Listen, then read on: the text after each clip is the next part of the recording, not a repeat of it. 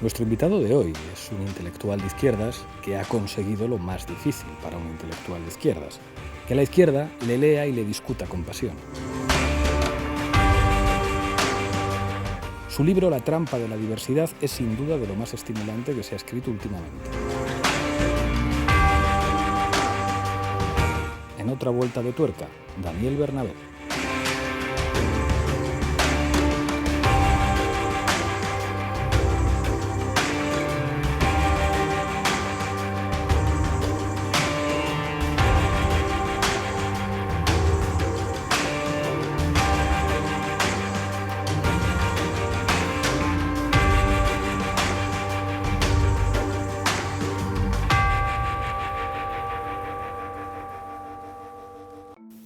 Daniel Bernabé, bienvenido a otra vuelta de tuerca. ¿Qué tal? Muchas gracias.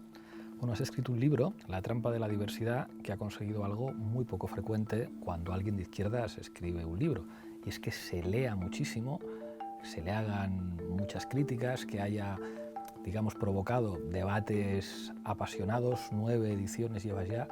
¿Cuál es el secreto de que el libro funcione? Porque los temas no son temas nuevos, No. son temas de los que se viene discutiendo 3, 4 décadas. ¿Qué es lo que tiene ese libro para que haya causado tanto revuelo y tanto interés? Pues no lo sé, sí lo sé en parte. Quiero decir, esto de los libros, yo que soy librero, es una técnica que al final no sabemos qué ocurre con ellos, por suerte, porque si no, imagínate, las grandes editoriales tendrían ocupado ya el mercado más de lo que lo tienen por completo y no había forma, ¿no? Supongo que es estar en el momento determinado, en el lugar adecuado.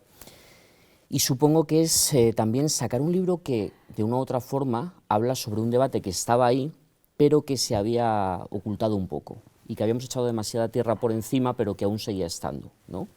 Y luego, en lo técnico, en la forma de escribir el libro, yo vi unos documentales de un tipo que me gusta mucho, se llama Dan Curtis, trabaja para la BBC, y entonces suelen ser documentales de 3 horas, y los secciona en partes de 3. Y cuando alguna vez bueno, pues se lo he puesto a alguna persona no especialmente interesada en política, me decía, quiero ver el segundo capítulo. Y eso es como una serie del HBO, ¿no? Es un tipo que además utiliza, como hago yo en el libro, ¿no? Que le he copiado mucho el estilo, muchas anécdotas para introducir, dejar la sensación de que va a ocurrir algo y luego, pues bueno, va un poco metiendo algo más de política más dura.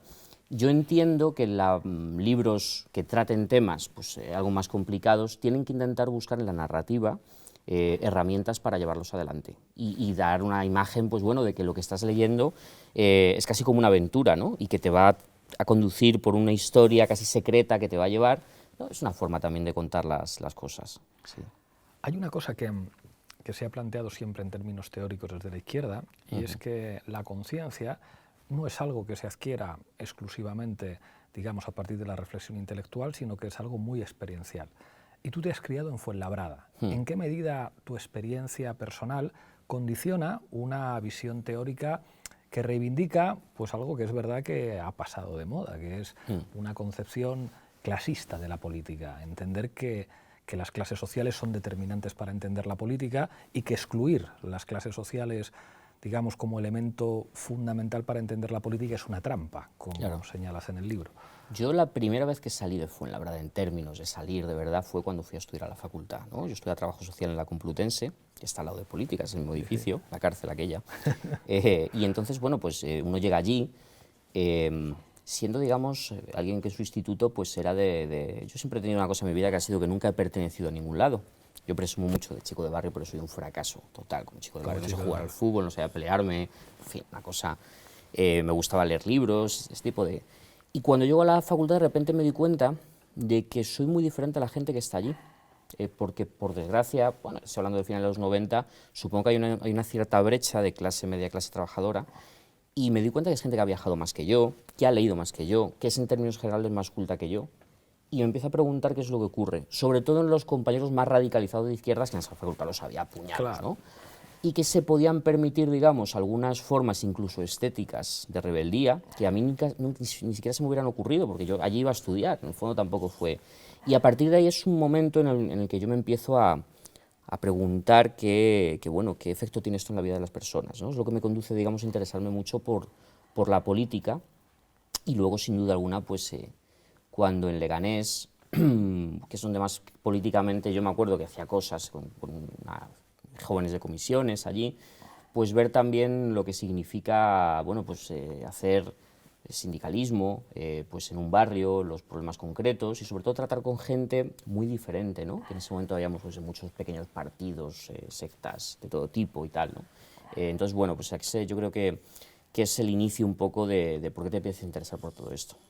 Si tuvieras que dar una clase a un grupo de estudiantes de primero de ciencias políticas y tuvieras que explicarles con 4 o 5 nociones sencillas qué es política de clase, ¿qué les dirías? Pues mira, yo creo que la política de clase es aquella política que tiene que influir esencialmente en las estructuras económicas de la sociedad, ¿de acuerdo?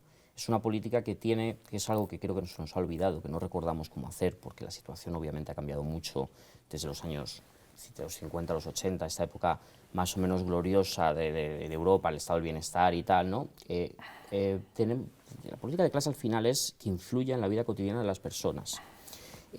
Claro que hay muchas políticas que influyen en temas muy importantes ahora, ¿no? Pues, no sé, políticas ecologistas, políticas de género, temas sin duda alguna de primera relevancia. Pero el problema está en que creo que al final se nos olvida que el trabajo es algo que influye en nuestra vida de una forma esencial, ¿no? Con esto que hablábamos de vivir en un sitio o en otro, hace poco me metí en un jardín, de estos que me gusta meterme mucho en Twitter. Entonces dije que tal población del este de Madrid, digo, aquí solo hay pinos y rentistas. Entonces, claro, se enfadó mucho la gente conmigo.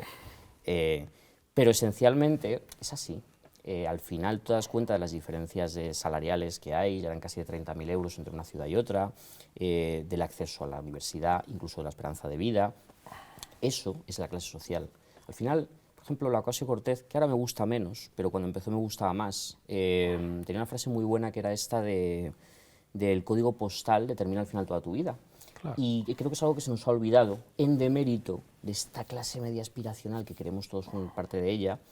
Y que bueno, pues por suerte, yo soy muy hedonista y me gusta vivir bien, no tengo ninguna duda. Lo malo es que cuando accedes a determinados objetos de consumo e incluso estilos de vida, a muchos nos pensamos que hemos ascendido de clase social y ya no tenemos problemas. Claro, hay una cosa que es fascinante, o sea, la clase media no es tanto un concepto sociológico, no es un concepto que defina tu posición en un proceso productivo, en una escala social, es un concepto básicamente ideológico. Claro. Se podrían decir muchas cosas de la clase media como eso, pues básicamente como conjunto de aspiraciones que es capaz de, digamos, de determinar comportamientos sociales, pero como criterio de clasificación, digamos, de salario, de barrio en el que se vive, de acceso a determinados bienes y servicios, es completamente inviable. Háblame de eso, porque curiosamente la única o la clase que más se reivindica políticamente es la clase media, que es lo más difícil de definir. Sí, a mí me fascina la clase media. O sea, esto del discreto encanto de la burguesía de Buñuel, yo tengo siempre una fascinación por la clase media porque creo que es al final la que define todos los prejuicios y horteradas de nuestra sociedad. Entonces, bueno, me ha fascinado siempre, ¿no? De hecho, tengo un artículo que escribí que era una invectiva de como 100 y pico frases, ¿no? Del estilo de, pues la clase media solo entiende los derechos humanos en el salón de su casa, o entiende el arte como aquello que se cuelga en el cuarto de baño, ¿no? Al final, son una serie de estilos de vida y de formas de comportamiento, que es cierto que hay gente que es de clase media, más o menos en unos términos económicos, pero claro, todo esto se lo inventan los sociólogos americanos porque tienen que reconocer que hay clases sociales, claro, es evidente, pero no pueden asumir esta contradicción tan bipolar de clase trabajadora y burguesía. Entonces se tiene que inventar algo que está por medio, que define una serie de modos de vida y que ha tenido un gran éxito. Lo tenemos que reconocer. A mí me preocupa mucho el tema de los PAUs, por ejemplo, como sitios que son viviendas de protección oficial, muchas de ellas tal, en estas últimas elecciones aparecían en naranja, ¿no? Eso me ha parecido un fenómeno muy interesante de cómo Ciudadanos, que es un partido, yo siempre digo que le han sacado una probeta, evidentemente, con una gran ayuda de los medios de comunicación y sobre todo de la industria del entretenimiento, que es algo que no se nos puede olvidar, ha conseguido representar de una u otra manera al determinado sector social en España. Y esto, el entretenimiento tiene mucho que ver, la tecnología, incluso el acceso a la tecnología. Cuando se abarata en España, bueno, en todo el mundo, entran los chinos a fabricar productos de tecnología. Yo me acuerdo cuando era peque que íbamos a una comunión y se podían alquilar las cámaras de vídeo para grabar la comunión, un cacharro enorme. Claro. De repente puedes comprarte cámaras, televisiones, vídeos, y esto nos hace pensar de repente que somos otras personas. A mediados de los 90 ocurre algo en España que todavía no se ha profundizado mucho en ello, que es que hay muchos chavales que en vez de querer ser Rosendo, se empiezan a peinar para atrás y quieren ser Mario Conde. Y eso es algo que yo creo que nos marca como país y que algún día habrá que investigar, habrá que tratarlo de una forma un poquito más concreta, ¿no?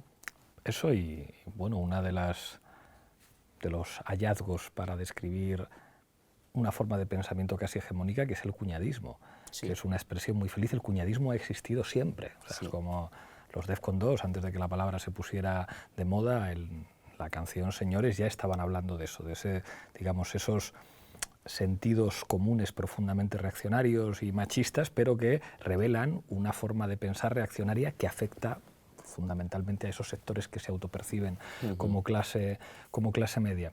Pero claro, es decir, ahí es con lo que te encuentras en el libro, que es por lo que te quería preguntar, digamos, los planteamientos reaccionarios, y esta última expresión del reaccionarismo, que es la extrema derecha, son capaces al menos de dar respuestas a conflictos de clase, que como dices tú, son respuestas mezquinas, son respuestas demagógicas, son respuestas injustas, inmorales, pero son respuestas. Y sin embargo, la izquierda tiene unas dificultades enormes para señalar respuestas a los problemas que tiene la gente y que específicamente podrían tener una lectura en términos de clase. Me dio miedo escribir esa frase. Me la pensé incluso cuando la escribí, porque creo que es cierta, pero me dio miedo porque siempre uno intenta... a ver, esto es complicado. Cuando tienes una posición ideológica muy clara, pero a la vez haces periodismo de una u otra manera, claro, tienes la contradicción entre tengo que contar lo que creo que está ocurriendo y tengo miedo de que esto de una u otra forma refuerce determinadas posiciones. Entonces uno siempre tiene esa tensión permanente. Pero sí, creo que es verdad. Creo que por desgracia, de una u otra manera, vivimos un mundo muy inasible, donde las certezas se han vaporizado. Y la ultraderecha, por desgracia, se ha sabido, la ultraderecha que muchas veces se incluye a partidos teóricamente centroliberales, ¿no? Con esto de Cataluña se vio, consiguieron crear bueno, refugios, chamizos, sitios donde ocultarte, enormemente inestables en algunos casos, muy mezquinos, que siempre están basados en el odio al otro, en expulsar a alguien, pero que al fin y al cabo son sitios donde estamos diciendo puedes refugiarte aquí. Y la izquierda ha caído en un solipsismo en el que permanentemente le está diciendo a los demás, de una u otra forma, cosas negativas y malas que tienen, ¿no? Porque, por desgracia, creo que la acción política ha sido centrando, de todos los partidos y de todas las ideologías, cada vez más en lo individual. De tal forma que la manera que tenemos de relacionarnos ahora es con esto llamado privilegios y opresiones, ¿no? Que claro que los hombres tenemos unas ventajas sistémicas claras, a ti y a mí no nos pueden violar en la calle, no podemos tener, eso está claro, ¿no? Obvio. Ahora, cuando lo enfocamos como privilegios y opresiones, estamos aludiendo sobre todo al individuo. Y además estas privilegios y opresiones los tenemos como en una mano y los intercambiamos con otros individuos en un mercado de la diversidad. Y al final esto lo resolvemos mediante la revisión y la ofensa. Claro, la revisión por una parte me parece que es una forma muy individualista, casi católica, de quitarnos el pecado, ¿no? Me voy a revisar. Y claro que hay determinadas personas que leyendo libros, asistiendo a actos políticos, hablando con otras personas, se pueden, digamos, quitar algunos comportamientos, pero esto la gran mayoría de la gente no puede hacerlo, por tiempo, porque no puede. Es como, además, ir a un ejemplo un poco estúpido, pero vas a tu jefe y le dices, mire, es que lo que usted me está quitando de dinero se llama plusvalía, revísese usted, ¿no? A ver si... Y la ofensa, el gran problema que tiene es que ha dado pie a todo esto llamado lo políticamente incorrecto, que es una gran trampa muy mezquina también, que es mantener pues, una serie de lenguajes ofensivos, incluso formas de nombrar a los demás que les dejan hundidos en sociedad, pero que se ha servido para que de repente nos quiten a la izquierda el concepto de rebeldía. Aznar, cuando dice aquello de no me diga usted a mí lo que yo tengo que hacer, ¿no? En aquella cosa del vino y tal y cual, inaugura de una u otra forma una determinada manera de hacer política. Es como Easy Rider dándole la vuelta, claro. Eso es. Claro. Y claro, el rebelde soy yo, a mí no me va a decir el Estado si me tengo que tomar un vino. Un vino, para un liberal de estos, hasta un semáforo es liberticida, ¿no? Me está ya imponiendo usted lo que yo quiero, si puedo pasar en rojo o en verde, ya me estáis poniendo reglas. Claro, todo eso también viene porque Zapatero, que a mí me pareció que es el presidente mejor que ha tenido la democracia en España, de una u otra forma se centra ahí. Se centra en políticas que son importantes, sin duda alguna, pero que deja a un lado lo económico porque al fin y al cabo Solbes es la misma escuela de rato. ¿Cómo se diferencian? Pues se tienen que diferenciar lo cultural, claro. Claro, pues con la cultura. Claro, pero esto es... Ahora te voy a preguntar por las guerras culturales de los 90 en las que hablas en el libro. Sí, sí. Digamos, es un reconocimiento por parte de la izquierda de que de alguna manera la batalla por la economía está perdida. Eso es. Digamos, aquí no hay nada que hacer, esto lo deciden todo en Bruselas, los criterios de convergencia han marcado los límites de lo que pueden hacer los Estados, hay además una identidad sobre las líneas generales de la política económica entre socialdemocracia y democristianos, es decir, Solbes y Rodrigo Rato pues son básicamente lo mismo, y el Partido Socialista apoya a Rodrigo Rato y el Partido Popular ayuda a Solbes. Por lo tanto, ¿dónde está la batalla política?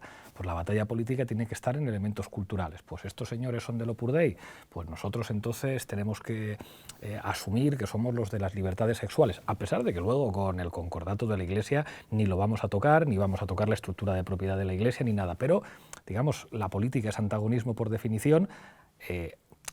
Asumamos que nos tenemos que pelear por algo. Como parece que no nos podemos pelear por los derechos sociales, pues vamos a pegarnos por ciertos elementos culturales. Claro, esto es terrible porque circunscribe la política a unos ámbitos en los que buena parte de las cosas que definen la vida de la gente, digamos, están fuera de lo que se considera político. A mí hay una cosa que me fascina en los medios de comunicación, es cuando dicen, no, la política es una cosa de esto de los ministerios, de la negociación, de la investidura, de lo que pasa en el Parlamento. Ahora pasamos la parte política y vamos a hablar de la sociedad. Y cuando hablamos de la sociedad, pues sacamos una pobre familia que están desahuciando o sacamos a alguien que trabaja y que le pagan muy poco, con muy malas condiciones. Esto no tiene nada que ver con la política, esto es la sociedad. Y no digamos ya si se manifiestan los jóvenes que quieren salvar el planeta. Esto sí que no tiene nada que ver con la política. Esto es una cosa en la que estamos de acuerdo todos, medios de comunicación, todos los políticos, todos los empresarios, de que no tenemos un planeta B. Claro, esto es alucinante. Y luego en política pues nos peleamos. Claro, eso es como lo del orgullo, decían que se había politizado, ¿no? Es alucinante. Esto. Yo creo que ellos han conseguido estrechar mucho los límites de la política, lo consiguieron estrecharlas y bueno, pues también quiero decir, yo en el libro intento ser especialmente tajante, creo que fue una época histórica, pues, después del 91, lo que había ahí por quitar de escombros, que bueno, pues hay que tirar por algún lado y se tiró por ese lado, la izquierda tiró por ese lado. Pero creo que ya han pasado 30 años y creo que sí se merecería una reflexión conjunta, una reflexión interesante, hecha por gente que sabe realmente de política, no por alguien como yo, que bueno, se dedica a ser un poco un cronista de lo que ve, sobre, bueno, vamos a ver qué estamos haciendo porque no hemos conseguido demasiadas cosas en los últimos 30 años, nos han dado pal pelo. Y bueno, pues algo que tenemos que tener en cuenta. El libro, una de las máximas críticas que recibí y que a mí me ponía histérico algunas veces, era este rollo de, no, es que tú estás diciendo que lo único importante es esto de los trabajadores y que las otras luchas distraen, ¿no? Como si... Que eras como un marxista clásico que decía, está la contradicción fundamental y luego las contradicciones secundarias. No, es que de hecho, no es que yo no lo diga, sino que digo en el libro lo contrario, pero es que de facto eso es lo que la sociedad neoliberal hace con este tipo de cuestiones. Las discrimina a propósito para sobrerepresentarlas y que de una u otra forma haya una serie de personas en nuestra sociedad que pueden coincidir algunas veces con grupos muy mayoritarios que se sientan fuera de lo que son los debates sociales que están habitualmente, y eso trae un problema, que es que claro que la cuestión migratoria, pues imagínate lo que está pasando en el Mediterráneo todos estos veranos, es importante. El problema es que hay mucha gente que siente que no se ve representada nunca pues, en una televisión, en un informativo, porque precisamente todos esos problemas económicos los hemos aceptado como una tormenta de verano, imposibles de tener en cuenta. Cuando hay un gran conflicto cultural en torno al lenguaje, en alguna entrega de premios, se utiliza una palabra mal dicha o algo así, ¿no? Se crean unos conflictos enormes en redes sociales, en los medios, en debates. Cuando cierran una empresa, cierran Alcoa. Pero totalmente. Es como que es que se han cerrado porque hay que cerrarla, porque no hay nada, es inevitable, es como, bueno, es un terremoto, es un... No, aquí ha habido unos señores que tienen una serie de intereses, una cuestión arbitraria, y han decidido que esto se va a hacer así. Y eso es la intención del libro, el intentar hacernos ver, aunque es una cosa que es muy obvia, pero creo que se nos ha olvidado, que a pesar de los problemas específicos de cada uno, tenemos algo que todavía nos sigue uniendo, que son determinados problemas, pues yo qué sé, el acceso a la vivienda, la precariedad del trabajo, este tipo de cuestiones.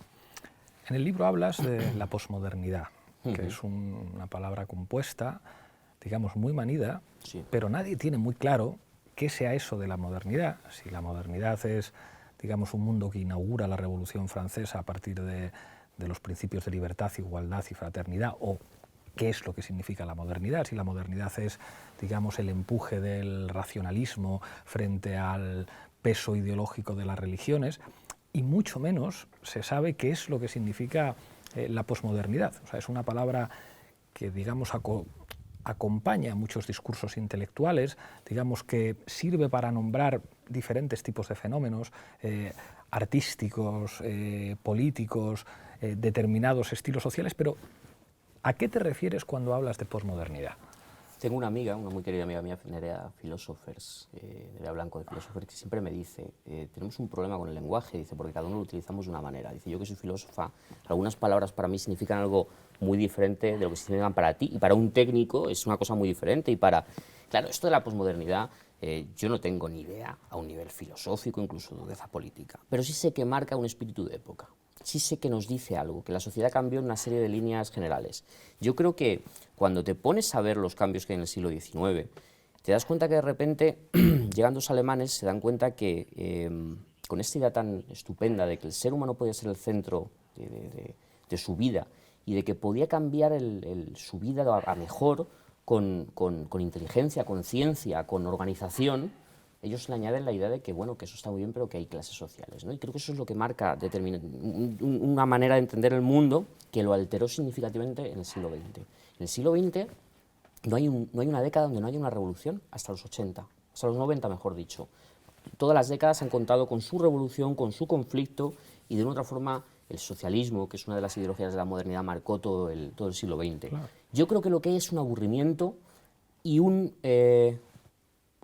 gran arrepentimiento lógico. Claro, después de la Segunda Guerra Mundial, aquello, ¿cómo vamos a construir poesía después de los campos de concentración? ¿No? Lo de Adorno, son tal. cosas muy duras, y los horrores del estalinismo, evidentemente, ¿no? El problema está en que llegamos a un momento en que ese arrepentimiento es demasiado grande, y sobre todo hay una generación que ya se ha criado en una cierta comodidad en Europa. A mí me fascinaba hace 10 años mayo del 68, y ahora lo detesto, porque de una u otra forma me he dado cuenta que, paradójicamente, y sin que ellos quisieran, creo, pusieron las bases de lo neoliberal. El individuo vuelve otra vez al centro, no queremos que las cosas se organicen, prohibido prohibir. Al final prohibir está bien también algunas veces, ¿eh? Hay que poner cosas, o sea, a los banqueros hay que prohibirles cosas, el Estado vale para algo.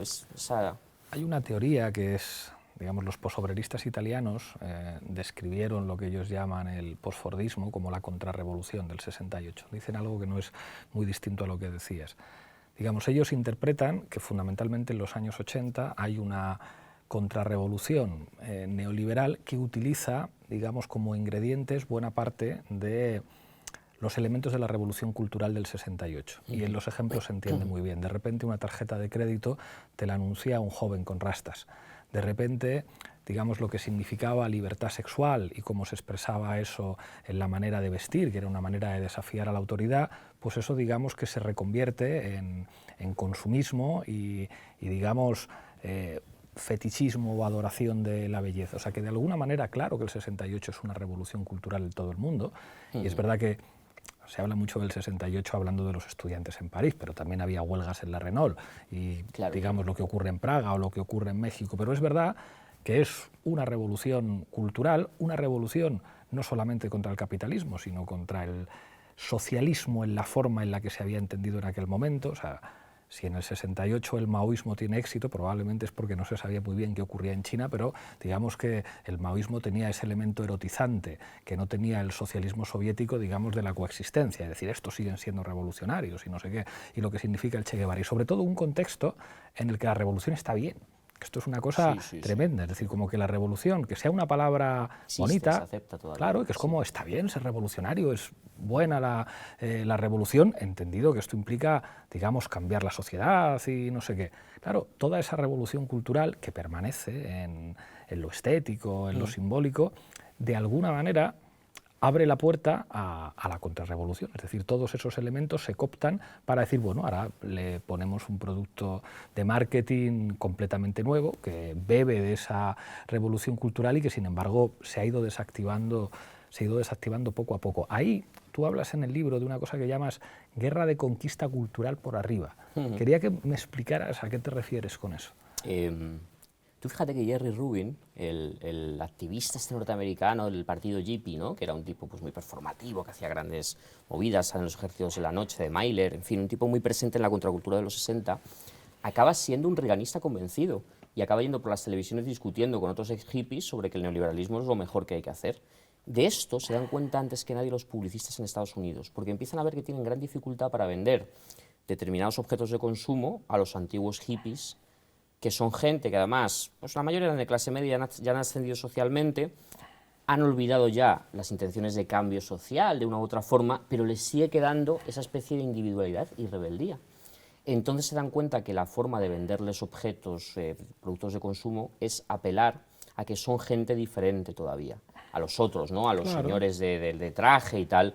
Entonces es verdad que a lo mejor pues estos no se compraban grandes berlinas, coches de alta gama, pero a lo mejor sí empezaban a jugar al squash, ¿no? Porque era una forma de diferenciarte. Toda esta revolución cultural por arriba se ve muy bien en el cine de entretenimiento de los 80 y los 90 también, ¿no? Es el principal dispositivo ideológico. Es tremendo. Siempre, además claro. es muy divertido porque al final películas que yo toda mi vida había considerado de una cierta manera progresistas, ahora estoy releyéndolas. Por ejemplo, Pues mira, Juegos de Guerra. A mí Juegos de Guerra me flipa, porque por los ordenadores, esas cosas, ¿no? De pequeños, de la Amstrad y el Spectrum te parecían total, que era que guay. parece que entrabas ahí a la NASA. Claro, luego no hacías nada, jugabas al Abu Simbel y tal, y al Saboteur, y bueno, pero joder, es que el chaval, vale, que quiere cambiar Esto las la notas. gente joven no sabe, No sabe lo que es. El otro día le O sea, explicaba cuando también ven a una un amiga. cassette, tú sabes que jugar un videojuego había que coger un cassette, rebobinarlo con un boli y meterlo. Sabes que además hay una, perdona que haga un pequeño inciso, hay una leyenda urbana que yo pensaba que era solo de mi calle, que era que si tú cerrabas, ponías el cassette y te ibas a la habitación de al lado, cargaba, pero que estabas esperando, no. Y el otro día oyendo un programa de radio de Cultura Pop lo contaron, o sea que era algo por lo visto extendido, ¿no? Pero bueno, a lo que íbamos. El chaval entra a cambiar las notas de la novia y al final acaba, claro, contactando con el ordenador del NORAD, ¿no? Bueno, se montó un jaleo, como todos los que hayan visto la película, tremendo, porque está a punto de estallar una guerra nuclear. Entonces, tú parece que esta película es como muy progresista porque, bueno, pues es contra el ejército de los Estados Unidos, que son los malos y tal y cual. Al final, el personaje del profesor Falken es casi un personaje que es un tipo que está a medio camino entre Thoreau y Ayn Rand. Es un tipo que odia mucho a la humanidad y que es muy individualista. Sí, sí. Y que, claro que el ejército de Estados Unidos parece algo malo, pero en el fondo es la forma que tenían de representar inconscientemente el Estado frente al individuo. Claro. Yo digo que ese director que hiciera esa película, los americanos son así. Tuviera detrás un comité de expertos que le asesorara. No, creo que era una forma, digamos, una simbiosis de las ideas que estaban en sociedad y que se representaban. Claro, pues como es el mito de los liberales. O sea, a los liberales les encanta imaginar al pequeño propietario de tierra con el fusil esperando al recaudador de impuestos a que se atreva, claro. Y Amanecer Rojo, la delirante película en la que Nicaragua y Cuba, ¿no?, invaden Estados Unidos y tal y cual, es maravillosa. Quien al final se enfrentan no es el ejército, ni es, que creo que hay una tradición interna incluso, ¿no?, esto de lo federal, que lo odian en Estados Unidos, sino que son, bueno, pues chavales jóvenes de allí de un pueblo, además del Medio Oeste. Son los que acaban enfrentándose con sus furgonetas y sus escopetas de caza, ¿no? Total, pero es que eso se ve en todas las películas americanas, digamos, el odio de clase que hay con respecto al FBI. Digamos, ese pobre policía precario estadounidense, jungla, claro, llegan los pijos del FBI, siempre con chaqueta y corbata, con grandes medios tecnológicos que ya vienen a molestarnos en nuestra comunidad con sus malditas competencias liberales. Sí, sí, se ve en El silencio de los corderos, en La jungla de cristal, en fin, toda esta revolución, digamos, cultural, lo que sí hizo es que la gente se empezara a sentir avergonzada de ser de clase trabajadora. En España se ve muy bien porque hay series de televisión en los 80 donde la clase trabajadora tiene un papel importante, no sé, aunque fueran contadas desde la clase media, pero Anillos de Oro, generalmente en turno de oficio, claro, los personajes, digamos, por los que giran las historias, pues eran tipos que eran de clase baja y tal. Cuando ya llega Médico de Familia esto ha cambiado. Totalmente. Porque si te fijas ya es una urbanización del este de Madrid, probablemente, y los personajes de clase trabajadora ya son el contrapunto simpático. Claro. La chacha andaluza, que además es andaluza, el chaval de las camillas, que era muy graciosete y tal, ¿no? Son buena gente, tienen buen corazón, pero dan voces. Yo no digo que Médico de Familia propiciara la victoria de Aznar, pero de una u otra forma sí la anticipa. Esta nueva sociedad que se crea en España. Eso y la televisión como entretenimiento. Es decir, cuando llega Antena 3 y Telecinco, digamos, es como televisión rosa, voto azul. O sea, eso funciona. ¿Tú no recuerdas que la gente se volvió completamente loca? O sea, Televisión Española tenía programas, programas con Ángel Casas, por ejemplo, de entrevistas, una cosa... Televisión Española tenía, que eso es como cambia la televisión, es decir, tenía programas para quien no ama la televisión. Es decir, podía tener su programa de toros, para el que Sí. le gustaran los toros, pero tenía su programa de literatura, Sí. tenía su programa educativo de no sé qué, era una tele que, dices, bueno, es un servicio público, tendrá que haber programas para todo el mundo. Y luego, sin embargo, cuando llega la tele privada, no, esto es tele para quien le gusta la tele. Y a quien le gusta la tele, pues le gusta este tipo de entretenimiento, de poder tener la tele encendida en casa aunque estés haciendo muchas cosas. Entonces, cuando una vez que hablé con Paulo Basile, lo entendía perfectamente. Decía, sí, vosotros muy modernos, que el Netflix, que el tal, que el HBO, nosotros hacemos un producto insuperable que es, digamos, una medicina contra pues, una de las mayores enfermedades de nuestra época, que es la soledad. Y nosotros somos un antídoto frente a la soledad y eso no lo va a superar todos los productos que a vosotros os encantan de las series súper complejas. Sí, sí, hay una emocionalidad, la emocionalidad tiene que cubrirse de una u otra forma, porque nuestras vidas yo creo que son enormemente aburridas en el último término, y sobre todo hay un problema que están encontrando, claro, el ascensor social se ha roto, lo han averiado ellos. Entonces la gente ya no tiene ni siquiera la capacidad, el sueño de poder conseguir una vida mejor materialmente. La única forma que tienen ahora mismo de ir bandeando la situación, no sé por cuánto tiempo, es bueno, pues hacernos de una u otra forma creer, esto pantomima full, los que me parecen maravillosos. Genial.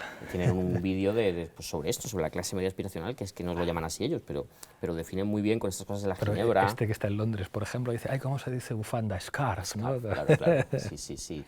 Esos modos de vida que no pasa nada, o sea, es decir, esto no es una cuestión moralista, me encanta el whisky bueno, no hay problema, pero sí es verdad que el problema sería cuando yo bebiendo ese whisky me creo que de repente he descendido ya socialmente. Pero sobre todo cuando lo pides no porque te guste, sino para que los demás vean el whisky que estás bebiendo. Eso es, sí. Y te jactas un poco de ello, todo el mundo tiene que saber de vinos. Los suplementos de vida y estilo son maravillosos porque nos dan mucha medida. El País Semanal, que siempre ha sido una gran revista con grandes temas, la parte de atrás era algo que no tenía que ver nada con el resto del periódico. Era como, me estás ofreciendo equipos de Bang & Olufsen, de esos de sonido, que costaban como 10.000 euros. Nadie puede comprar estos equipos de sonido. Pero te decían a lo que tú tenías que aspirar de una u otra manera, ¿no? Es muy interesante ver, sobre todo, se hace tanta política ahí atrás como en las páginas de delante.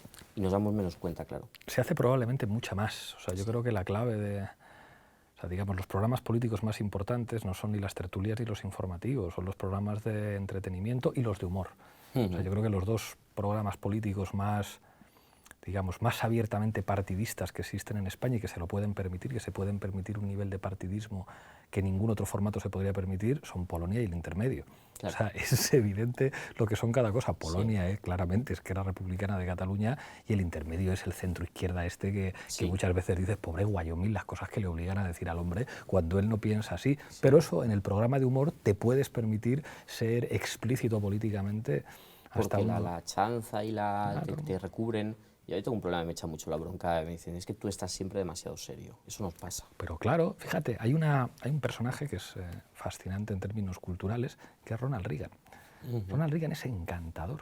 Si tú ves los vídeos en YouTube de un tipo como Ronald Reagan, contando chistes de la Unión Soviética, dices, los cuenta con verdadero encanto y con verdadera gracia. O sea, es como a veces los pongo a repetir y dices, claro, esto es hegemónico, y lo comparas con Gorbachov, que es como en Chernóbil le representan diciendo, claro, esto es Gorbachov, que seguramente era un señor mucho más preparado, no era muy difícil estar más preparado culturalmente y políticamente que Ronald Reagan, sí, claro, pero Reagan es un comunicador excepcional y a Gorbachov ya te lo han pintado como un burócrata de un país horrible donde todas las paredes están sucias y desconchadas, donde todo el mundo está fumando, y luego los chistes que cuenta Reagan sobre la Unión Soviética son, digamos, absolutamente hegemónicos. Todo el mundo piensa que la Unión Soviética es como lo contaba Ronald Reagan. Sí consiguieron vendernos que el bloque del Este, que a pesar de sus enormes problemas y tal, yo creo que bueno, evidentemente su papel fue otro. 3 dogs, an American dog and a Polish dog and a Russian dog. They were all having a visit, and the American dog was telling them about how things were in this country. He said, you know, you bark and you bark long enough, and then somebody comes along and gives you some meat. And the Polish dog said, what's meat? And the Russian dog says, what's bark? Pero sí es verdad que nosotros estamos muy serios siempre. Todo lo que hacemos queremos que tenga una gran trascendencia. Serios y enfadados. Y salimos enfadados y nuestro lenguaje es muy hosco, y entonces hay un momento en que, claro, que como alguien... Aquí, por suerte, en España la derecha es también interesante en cuanto a incapacidades, ¿no? Por eso seguimos en este equilibrio todavía, ¿no? Pues si no, si tuviéramos una derecha muy inteligente, yo creo que nos hubieran dado para el pelo ya. O sea, con todos los medios que tienen a su favor, dices, como, poneos las pilas y lo tenéis hecho. Claro. Entonces es una derecha especialmente incapaz, yo creo, la de este país. Pero es verdad que nosotros, hagamos lo que hagamos, siempre tenemos que bajar a pensar que ahí hay un afuera. Y que en ese afuera, de personas que no es que no estén interesadas en política porque su vida no lo requiera, sino porque es que las dinámicas de la vida cotidiana te llevan siempre a estar alejado de eso. Bueno, pues es gente que la relación que tienen que tener con la política tiene que ser a través de cosas muy cotidianas y que el humor, evidentemente, el entretenimiento y, en ese sentido, la cultura hegemónica entra mucho mejor por ahí, ¿no? La forma de acceder a ellos. Lo que pasa es que es muy complicado. Lo que pasa es que luego, cuando tengamos pasta, pues nos podemos hacer un documental, en vez de hacer una peli de una serie entretenida, ¿no? Que, claro, por supuesto, un tocho de documental o un ensayo. Un ensayo muy serio. Y eso sí es verdad que aparte de los medios, habría que cambiarlo. Pero es verdad que se hacen falta medios. Medios me refiero a económicos. Medios, y es la otra parte, ¿no? El hecho de que la cultura también nos fascina. Esto, yo creo que generacionalmente nos ha pasado algo, que es que como desde que se redescubre a Gramsci como moda en España, que un poco lo traéis vosotros, ¿no? En un sentido todo el mundo habla de Gramsci, popular, pero casi nadie la ha leído. Lee, sobre todo también porque es muy difícil de entender. Claro. O sea, básicamente Gramsci es una discusión entre la gente que lee a Gramsci sobre qué quería decir Gramsci. Claro, ya no Perry Anderson tiene un libro, Las antinomias de Antonio Gramsci, que es básicamente se pone a hostiar a todo Cristo de esta interpretación está mal, esta está mal, esto no es. Claro. No, bueno, entonces de repente, ¿qué es lo que ocurre? Que sufrimos una fascinación en estos últimos años tan grande por la cultura, que nos creemos que la única forma de hacer política es con la narrativa. Pues nos ha pasado, ¿no? Todos los que de una otra forma contamos o hacéis política o la narramos. Entonces que hay un momento en que también hay que parar un poco, y yo no sé, intento en el libro también hacer una advertencia, decir, oye, que no se nos olvide que esto al final tiene que llevarse a leyes, a gobiernos, a cosas concretas y con presupuestos detrás, porque es verdad que el lenguaje es enormemente importante para cambiar una sociedad, eso nadie lo duda. Sí, pero luego está el Estado y eso yo creo que en Cataluña no lo han entendido bien. Es decir, cómo puedes ganar en el ámbito específicamente catalán buena parte de los relatos, pero ahora le cuentas tú a los jueces y al Estado que esto se resuelve en función de quién gana el debate en TV3. Claro, al final las estructuras siguen ahí y la política es algo más que relatos. La política tiene que haber cambios, y es verdad que si ha habido una gran dificultad. Bueno, pues en muchos ayuntamientos, porque es que venimos de un momento muy complicado y donde todo da mucho miedo. A mí Colau, que fíjate que la tenía yo mucho, no es de mi cuerda especialmente ideológica, y yo siempre la llamo un poco Galadriel, ¿no? Digo, es como la reina cuando Frodo le da el anillo y Galadriel se pone de repente, ¿no? Una reina. Yo creo que a mí me ha sorprendido para bien. Pero fíjate que el otro día expropian un piso, y es noticia, que un ayuntamiento expropie un piso, no un bloque, un piso. Y hablamos del Ayuntamiento de Barcelona, que es el que más lejos ha ido. El que más lejos ha ido. El que ha hecho una empresa municipal de energía, el que se ha enfrentado con los del agua. Eso es, o sea, hay que decir que lo digo en términos positivos, de que es de los ayuntamientos que a mí más me ha gustado la labor que ha hecho. Pero aún así, lo poquito que se consigue, cuando aquí en los 80 el gobierno socialista propiedad de empresas, pues claro, está, y con tranquilidad, y no pasaba nada, ¿no? Y hasta el PP nacionalizaba Bankia y no pasaba nada, pero claro, si lo hace el PP. Sí, eso es. Entonces, bueno, pues eso da medida del estrechamiento que hablábamos de los límites de la política. Y eso es lo que hay que abrir, lo que pasa es que yo no sé cómo. Hay una cosa que, en lo que señalabas de esta fascinación, digamos, que hay en determinados sectores de la izquierda por la cultura y por la narrativa, que es algo que se ve potenciado además por la tecnología. Digamos, esta guerra por los marcos ya no es solamente una cosa de los que salen en las grandes cadenas de televisión. Esto ya puedes hacerlo a pequeña escala en Twitter, en Facebook. Hay un montón de ágoras donde hay una batalla por los marcos. De hecho, te levantas de mal humor y dices, pues se van a enterar. Y pones un tuit de estos en el que, digamos, cual flautista de Hamelin va todo el mundo detrás. Pero claro, esto tiene un problema, y es concebir la política como si fuera una partida de ajedrez. Aquí ya lo importante no es las fichas que tú lleves, lo importante no es lo que hay detrás, es demostrar más destreza intelectual que el adversario para ver quién gana el relato, pero ya da exactamente igual. Eso ha generado incluso una casta de spin doctors que dicen, yo me vendo a cualquier partido, usted cómpreme, que yo le puedo hacer ganar la partida de ajedrez, sea usted un partido de derechas o sea usted un partido de izquierdas, porque en última instancia esto no es más que una guerra por el relato y todo lo demás da exactamente igual. Claro. Eso, que ha entrado completamente de lleno en ciertas culturas de izquierdas, que incluso llegan a decir, no, si aquí básicamente el pragmatismo es precisamente entender que esto no es más que un relato y todo lo demás da exactamente igual. Si tú ganas el marco, o sea, es como incluso que se haya normalizado hablar de argumentarios. Sí. O sea, argumentario es una palabra vergonzosa. ¿Ah, cómo? O sea, que usted no cree en sus argumentos, sino que fabricadme un argumentario para defender, Claro. y que eso, digamos, se haya normalizado y que los periodistas hablen tranquilamente de los argumentarios que fabrican los partidos, igual que los medios de comunicación fabrican permanentemente argumentarios. Claro, es un nivel de desconexión con la vida que afecta a millones de personas. O sea, que se pueda estar dedicando horas y horas de telediario a hablar de las negociaciones de investidura, mientras que se gasten €500.000 en un coche para el rey de dinero público y estén desahuciando a una familia en la calle Amparo, digamos, no forma parte de la agenda en ningún caso. Claro. Hay que tener mucho cuidado con esto porque al final la política que afecta a la vida cotidiana de la gente, me refiero, es por ejemplo, la que se hace en muchos ayuntamientos, la que se hace con grandes leyes, pero sin embargo esto está pasando cada vez más desapercibido. Y es curioso porque los políticos cada vez hacen más la labor de los escritores, en el sentido de crear narrativas, y los periodistas, intelectuales, escritores, de una otra forma, cada vez hacen más labor política, porque sienten también la necesidad profesional de inmiscuirse en los asuntos de la política y de tomar poder ellos mismos. Porque las redes sociales sí es verdad que han tenido, yo no me puedo quejar de ellas, gran parte o casi toda bueno, una cierta relevancia profesional que vas adquiriendo lo haces porque te lo has tenido que currar de esa manera, porque si no tienes contactos sociales, en los medios no entras. Claro. Y la única forma de entrar es a través de lograr relevancia. Ahora, ¿cómo logras relevancia?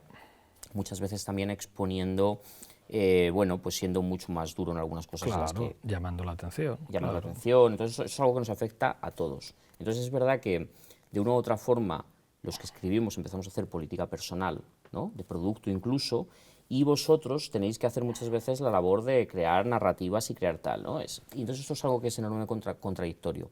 Quien consiga romperlo, yo creo que va a dar un cambio sustancial, quien consiga romperlo en Europa, creo que va a dar un cambio sustancial a la política. Yo me gustó mucho, lo que pasa es que, claro, con el Brexit tienen enormes dificultades y es una gran contradicción, pero esta campaña que sacaron los laboristas de Rebuilding Britain claro, pareció maravillosa porque centraba otra vez la política en aspectos muy concretos y sobre todo hacía algo que no se solía hacer, que era, ya no estamos resistiendo, ya hemos perdido. Ahora lo que hay que hacer ahora es poner orden. Hay que quitarles las riendas a esta gente que la tiene, que son los financieros, y dan nombres. Y eso, de una u otra manera, cuando vosotros en estas últimas elecciones, en el primer mitin en el Reina Sofía, tú te pones a dar nombres concretos. Eso en política española no se había hecho muy a menudo. Nunca. Es un cambio. Creo sinceramente que la forma tan clara de enfocar los problemas es lo que, de una u otra manera, las encuestas, que eran mucho peores en principio que lo que se consiguió, os dan una cierta subida. Porque si os hubierais metido en el tema cultural únicamente, creo que eso hubiera tenido mucho más difícil. Ellos tienen además una gran cantidad de medios, una gran cantidad de llegar al público, porque tú al final también hay que plantearse una cosa. Es decir, hombre, claro que puedes cambiar algunos conceptos, claro que puedes entrar por ahí a la gente, pero es que no tienes una televisión, no tenemos una televisión, un periódico nacional y una radio nacional. Mientras que la derecha tiene varias televisiones, varias radios nacionales. No sé si a quién lo he visto una vez aquella historia de que Zapatero les ofrecía a los sindicatos una televisión y no la llegaron a aceptar, una licencia de TDT.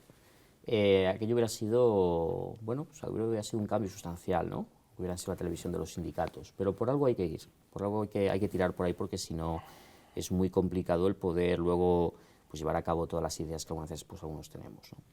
Es absolutamente imprescindible, o sea, porque lo que decías con respecto a digamos, al inicio de campaña, solo puedes hacer en una campaña. O sea, las campañas electorales, aunque lógicamente sigue habiendo una estructura de poder desigual y jerárquica, digamos que igualan un poco más. Es decir, en la televisión tiene que haber un debate, que con un poco de suerte ven 8 millones de personas, y entonces ahí tienes la oportunidad de que cuando te escuchan no mediados por las tertulias, por los telediarios, por los jefes de informativos, que saben perfectamente para quién trabajan, y si alguna vez se supiera, bueno, se empieza a saber, o sea, en el libro de David Jiménez empieza a contar cómo funciona aquí el poder, o sea, cómo se le ocurra a alguien salirse de la línea editorial que marcan los dueños y que marcan los jefes. Claro, son estructuras de oportunidad en las que puedes contar ciertas cosas.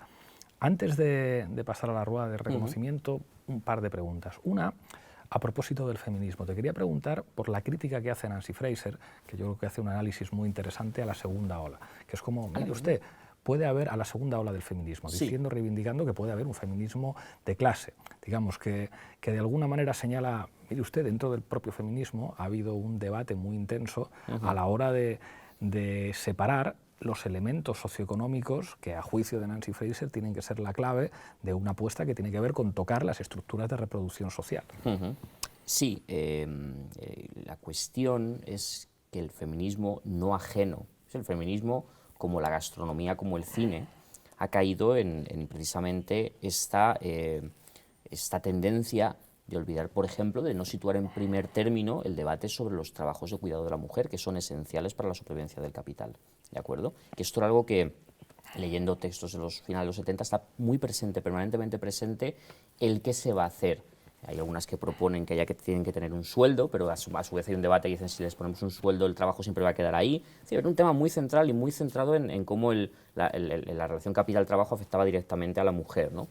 Claro, cuando todo esto ves que, por ejemplo, determinados medios feministas de referencia, pues una gran cantidad de sus artículos van destinados a hablar de micromachismo y de construcción y de análisis de tal película y todo esto, que está muy bien, hay que hacerlo, y estos debates no se tienen en cuenta, ves que, bueno, que la tendencia es preocupante. Por otro lado, sí creo que cuando el libro este último que ha sacado, que es Feminismo para el 99%, creo que ahí hay un peligro, que es el feminismo es de las mujeres, no puede ser del 99%. Porque en el fondo ya lo que hace es plantear un programa socialdemócrata, pero poniendo el feminismo por encima, básicamente. Claro, el problema es que si tú, algo como el feminismo, quieres también que los hombres de una u otra forma seamos partícipes de él, pero no como acompañantes, sino como protagonistas de una u otra manera, le vamos a quitar a las mujeres al final una de sus herramientas principales de defensa. Y las mujeres tienen muchos problemas muy importantes. Entonces yo creo que el feminismo se le está injustamente pidiendo más de lo que debe hacer. Al final el feminismo es la primera barrera contra el fascismo. El feminismo tiene que ser tal, el feminismo no. Vamos a dejar que el feminismo se dedique a lo que se tiene que dedicar, que es a la defensa de los derechos de la mujer. Y llamemos a las cosas como son, necesitamos luego políticas económicas que sean compartidas por las feministas y que tengan en cuenta de forma principal al sujeto mujer, pero no podemos pedir que las mujeres, egoístamente casi, sean ahora las que nos vayan a salvar de todo, ¿no? Yo creo que por ahí tienen que ir las cosas. Última pregunta antes de pasar a la rueda de reconocimiento, la polémica sobre Fusaro, ¿qué te parece? Bueno, pues que el verano nos trae ese tipo de cosas. Entonces hablaba con un periodista, no te voy a decir quién, y me decía a ver si vuelven del recreo y se dedican a sus cosas otra vez. A mí me parece que hay un problema con esto, que es que hay que tener cuidado, uno, con las reescrituras de las críticas. ¿De acuerdo? Porque eso de las redes al final nos hace que para ganar debates muy rápido cojamos lo que ha dicho nuestro adversario en ese momento, le demos la vuelta y digamos, bueno, es que esto es básicamente lo que viene a decir es que Salvini es muy majo y que es el único que está haciendo cosas contra Europa. No. Yo al menos mi posición era muy clara, me da un poco igual quién sea este señor y los italianos, lo que sí digo es que me parece que determinadas ideas que utilizan, bueno, son ideas que habría que repensar. Es decir, la cuestión de la soberanía no es que sea suya, es que aquí en las manifestaciones de rodea del Congreso, por ejemplo, yo recuerdo ver carteles donde se hablaba sobre la deuda odiosa, sobre el 135, es decir, sobre este tipo de cuestiones que afectan a la soberanía de un país, que al final te das cuenta cuando España está jugando este papel realmente preocupante para los intereses españoles y para la diplomacia española, que ellos mismos sé que están enfadados con el golpe de Estado último que ha habido en Venezuela. Esto demuestra que es que no somos soberanos ni para llevar adelante nuestra política internacional. Borrell lo reconoció prácticamente en el país. ¿Eso qué es lo que hace falta? Bueno, pues volver a darle la importancia que tiene al Estado. Es verdad que yo creo que en el contexto en el que vivimos, el Estado-nación ya no va a poder ser como lo era antes, una unidad que por sí misma va a poder ir adelante, ¿no? Y tener una independencia absoluta. Pero bueno, sí ver proyectos interesantes. Yo creo, por ejemplo, que la relación con China y con Rusia también hay que repensarla. Yo creo que la propuesta, al menos de la franja y la ruta, de ahora de los chinos, es algo que es interesante. Es algo que es interesante y que es un tema que a mí me parece esencial y que aquí, por ejemplo, no se habla, ¿no? Es una de las peores cosas que tenemos en España, que la política internacional es absolutamente secundaria, ¿no? Hay en esto como una sensación, a propósito además de Grecia y de lo que ha ocurrido en las elecciones, una sensación de que hay como algunos sectores de la izquierda intelectual como muy enfadados, que señalan todo el rato como a una suerte de izquierdita cobarde. Es Es decir, ¿ves? La derecha sí que se atreve a hacer algunas cosas que nosotros no nos atrevemos a hacer. Mira a Tsipras, que le faltaron agallas para plantarse y enfrentarse con la Unión Europea, o que nos faltan agallas para decir determinadas cosas que solamente dice la extrema derecha. Y claro, o sea, es como mi sensación, porque yo hace algunos años, antes, digamos, de entrar en política de una manera tan activa, a veces me reconocía en cierto asustaviejismo, ¿no? De, vamos a decir algunas cosas un poco fuertes, a ver si la izquierda despierta un poco. Pero claro, luego cuando dices, ¿y qué haría yo si tuviera la responsabilidad con una serie de adversarios como los que hay enfrente? A mí, en la famosa polémica entre Tsipras y Varoufakis, es como, Varoufakis, te has ido. Es decir, tú eras el ministro de Finanzas, te has ido y desde fuera, haciendo viajes por todo el mundo, te has puesto a hacer una crítica desde la izquierda, que es como, hombre, pero esto desde fuera no tiene ningún mérito. Lo que tiene mérito es, siendo ministro de Finanzas, llegar allí con estos señores y ganarles. Es decir, no montarles un Cristo y decirles 4 barbaridades, ganarles. El problema es que para ganar no basta un buen discurso, o sea, no basta, digamos, tener un grupo de intelectuales de izquierdas asustaviejas que te digan grandes palabras. Hace falta una correlación de fuerzas que Grecia no tenía. Es como, ¿han humillado a Grecia? Claro que han humillado a Grecia, porque se nos había olvidado que la política no era relato, que la política son correlaciones de fuerzas.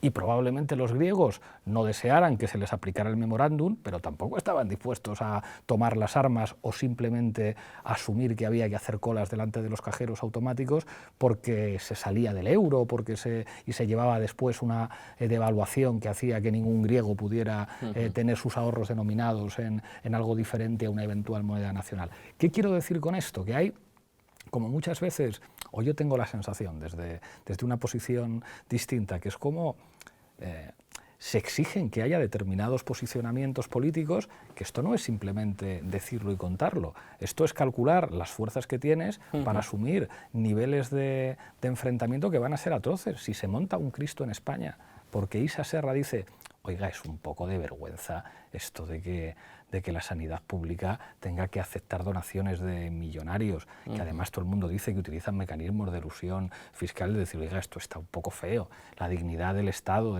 esto se financia con impuestos, la sanidad pública, no sé qué, y por decir esto se monta una ofensiva de narices. Imagínate tú lo que es hacer determinadas cosas gobernando. Lo digo a propósito, digamos, de la polémica que muchas veces surge de Salvini se ha atrevido a decir, es como, Salvini dice muchas cosas, pero hace bastante pocas. Es decir, al final, Salvini hace una política agresiva contra los migrantes y es mentira que se enfrente a la Unión Europea. Es decir, grita mucho y no sé qué, pero al final ceden absolutamente en todo. Entonces es un mito. Lo ha representado de una u otra manera. Y creo que a la izquierda lo que le ocurre... Yo soy de los que suelo estar en la postura esta, ¿no? De ir un poco con el látigo y daros, ¿no? Obviamente. Es verdad que Ballín, que fue muy malo, decía de Varoufakis que era el motorista fantasma, ¿no? Como diciendo, va por ahí. Es verdad que las resistencias fueron enormes y es verdad que además Varoufakis sí representa un fenómeno que es todas aquellas personas que por una cierta honorabilidad, esto yo lo he visto mucho en los ayuntamientos, con gente que conozco, que cuando llegaba el momento de la contradicción se iban porque decían, no, porque esto yo no lo puedo llevar a cabo. Entonces, yo siempre decía, ya macho, pero es que entonces se quedan los malos. O se quedan los que son más inteligentes para saber resistir y no siempre coincide además con las personas que están más apegadas a determinados valores más radicales, por decirlo de alguna manera, ¿no? Claro que hay veces que las resistencias son enormes y es muy difícil mediante un gobierno llevar a cabo determinados cambios. Pero es verdad que yo creo que hay determinadas batallas que sí merece la pena darlas. Nunca con aventurerismo, nunca sacrificando a tu pueblo y nunca, evidentemente, poniendo a tu país en una situación de absoluto desastre, ¿no? También de ahí venía un poco lo que decía de Rusia y China, ¿no? Que ahí, evidentemente, hubieran jugado un papel. No, pero esto, fíjate, que en Grecia existía el mito de que no se preocupen los griegos, que van a venir los chinos y Putin y le van a soltar la billetera. Es mentira. No es la primera vez que los rusos dejaron a los griegos, muy bien sabes, ¿no? En la estacada. Bueno, después de la segunda, pero es que en esta vez, ni aunque hubieran querido los rusos... No les interesaba, evidentemente, pero es verdad que respecto a lo que es el tema de la Unión Europea, yo creo que es un momento en el que es realmente catártico para toda la izquierda en Europa, porque es la primera vez que un partido, una coalición de izquierdas gana desde la Segunda Guerra Mundial un gobierno en un país europeo, si no recuerdo mal, ¿no? Entonces el problema está en que ponemos unas esperanzas enormes ahí y todo se hunde demasiado rápido. Claro. Y eso es algo que yo algunas veces, incluso hablando con algún concejal del Ayuntamiento de Madrid, con el que tenía amistad, bueno, yo le decía, si esto no lo podéis hacer, explicadlo. Aunque tú no puedas hacerlo porque realmente no lo puedes hacer, es mejor explicar tu debilidad que mentir. Y ahí viene la segunda parte del asunto, que es que hemos querido, como es lógico, ser razonables, ser respetables, y eso te lleva algunas veces a aceptar demasiado las formas del poder, que como bien sabéis los parlamentos... Y hacer virtud de la necesidad. Eso es, hacer virtud de la necesidad. Yo creo que ahí eso está la clave, el al final acabar reconociendo que determinada política institucional tiene unos límites muy claros. Enseñar, en la batalla cuando se libra, aun perdiéndola, tiene que tener un proceso de aprendizaje. Claro. Y el gran problema creo es que de Grecia no se sacó ningún proceso de aprendizaje. Correcto. Y eso es lo que yo algunas veces he intentado señalar, ¿no? Lo que pasa es que, bueno, es verdad que tenemos este problema de las redes, ¿no? Que todo se condensa tanto y todos tenemos que ser tan ocurrentes, tan creativos y tan dando golpes que al final no conseguimos expresar bien las ideas en determinados momentos. Estamos llegando al final, llevamos más de una hora, vamos a la rueda de reconocimiento. Yo te dejo encima de la mesa nombres propios y en 2, 3 frases como mucho los describes. Margaret Thatcher. Margaret Thatcher, yo una vez dije que era como el gas mostaza de los gases de la Primera Guerra Mundial que tiraban. Era algo que no se veía dónde estaba, pero que te llegaba y te mataba, ¿no? Directamente, ¿no? Que se lo pregunten a los mineros, ¿no? en Inglaterra. Tony Blair. Tony Blair, yo recuerdo cuando ganó Tony Blair en las elecciones en el año 97, me dio una cierta más esperanza y todo, ¿no? Como era un chaval de 17 años, un tipo nuevo, moderno, que además salía con Noel Gallagher, era como, no puede haber nada mejor, ¿no? Y de repente fue como le definió la propia Thatcher su mejor producto. ZP. Pues creo que tuvo que ser, que es alguien con un gran sentido de la ética. Yo creo que es alguien que se le percibe como una persona que sí se cree lo que dice, y eso es algo muy difícil en política, que es capaz de ponerse al mismo en situaciones complejas, pero que por desgracia en el momento, en su decisión más importante, pues tomó una decisión que, bajo mi punto de vista, pues fue evidentemente una derrota sin paliativos. Pablo Casado. Pablo Casado, a mí me parece que es alguien que sonríe con una cara triste, tiene los ojos, ¿no? Es algo que me llama mucho la atención, y es alguien que por un momento, yo en un artículo que escribí, que además recuerdo que una vez tú leíste una entradilla, For Apache, sí.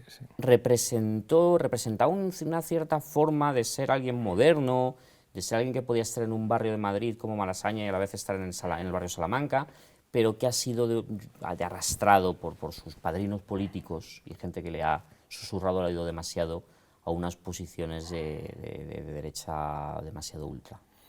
Nos queda solamente el cuestionario. ¿Un libro que recomendarías leer a todo el mundo?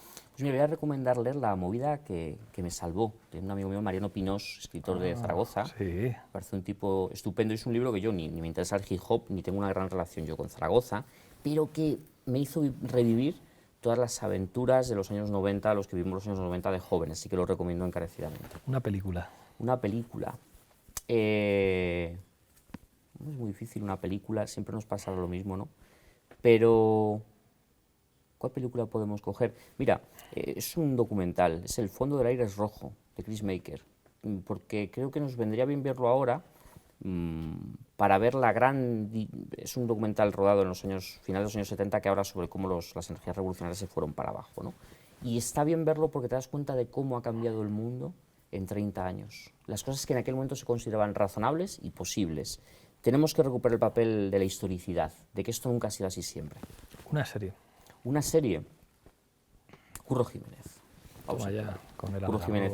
Me fascinaba de peque Sancho Gracia y sus patillas y sus aventuras, y esa es la libertad buena y de verdad, ¿no? Ir con yo no sé ni montar a caballo, ¿no? Pero es Curro Jiménez, sí monta bien a caballo, Santiago Abascal no. Y ya solo me queda pedirte una canción. Una canción, pues una canción de Television Personalities, que se llama Ojalá yo pudiera escribir poesía, If I Could Write Poetry, ¿no? Es una canción muy triste, muy bonita, y ese momento en el que yo qué sé, el post-punk en Inglaterra todavía expresaba un mundo muy concreto, ¿no? pues ya solamente te queda coger con la mano izquierda la taza de la tuerca y mirando a esa cámara de ahí y brindar por lo que quieras. Muy bien. Algo que brindamos. Pues nada, queridos amigos, amigas, yo creo que hay que brindar por el hedonismo, no ser farniente y tener una vida pues muy divertida, agradable y poderla compartir con los demás. Salud. Muchísimas gracias.